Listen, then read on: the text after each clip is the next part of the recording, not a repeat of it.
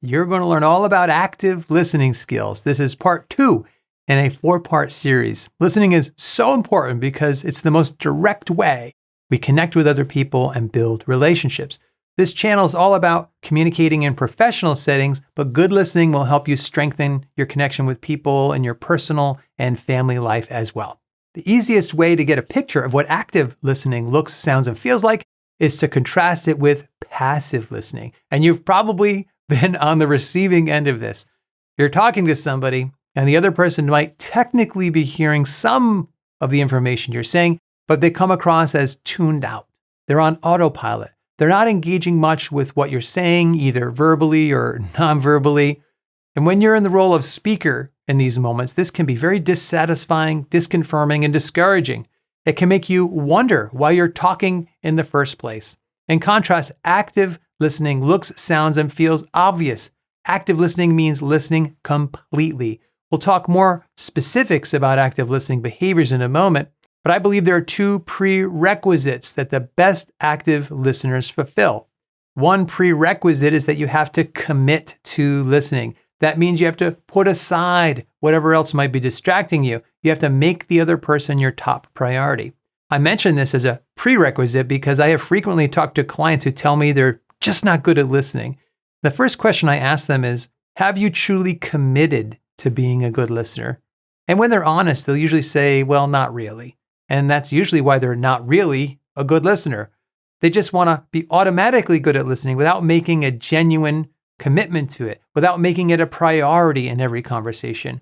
Good listening is first and foremost a choice that you make every time someone else speaks. The second prerequisite is to accept that good listening takes practice. Listening is a skill, like any other skill. Practice is what makes you improve. It's not automatic. You have to work at it.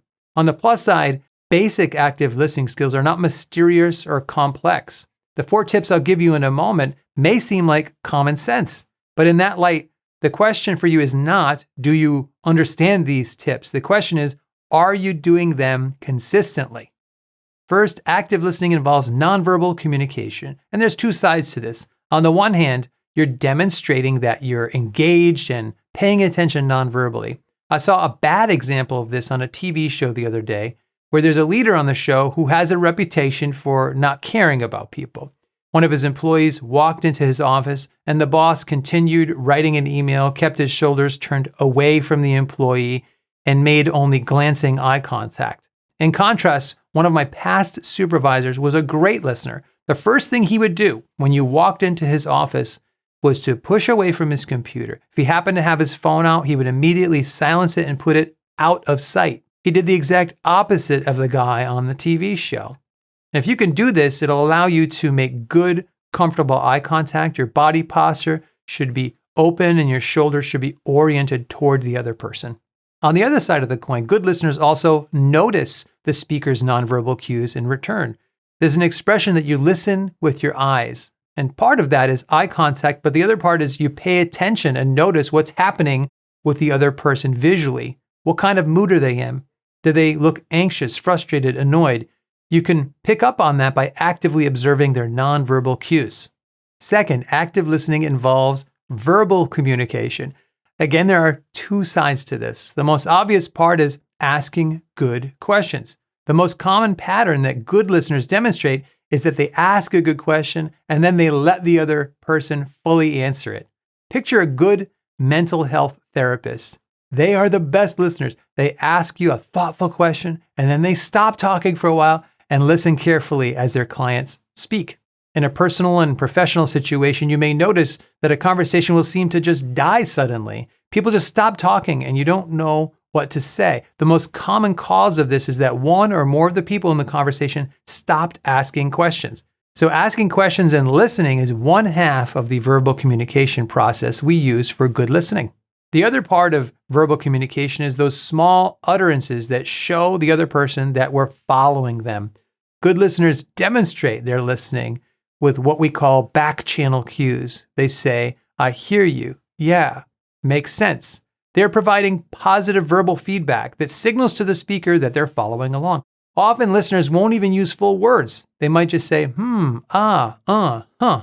And we call these back channel cues because they only last a brief moment, and those utterances don't really represent a full talking turn. If someone says, it doesn't feel like an interruption. It feels like it's happening in the background while the main speaker's words stay in the foreground or on the main channel of communication. But those little utterances do a lot of work. They keep you actively engaged as a listener. They show the other person that you're following them. So second, good verbal communication while listening means asking good questions and then communicating with back channel cues while you pay attention.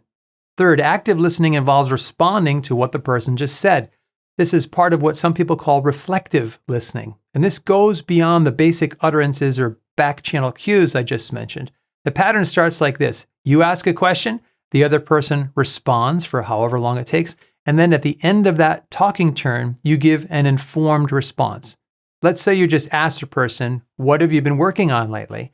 They tell you that they've been drafting a big presentation. That's a stretch for them, but they're excited about it. You actively listen for a while, and then at the end of that talking turn, it's your turn to talk again. This is where you can reflect back to them what you just heard. You might say something like, that sounds exciting, or that's great that you're stretching yourself. You are reflecting back a quick summary of what they've just told you. This makes the speaker feel heard and appreciated. We'll talk more about reflective listening in part 4 of this series when we get to empathetic listening skills.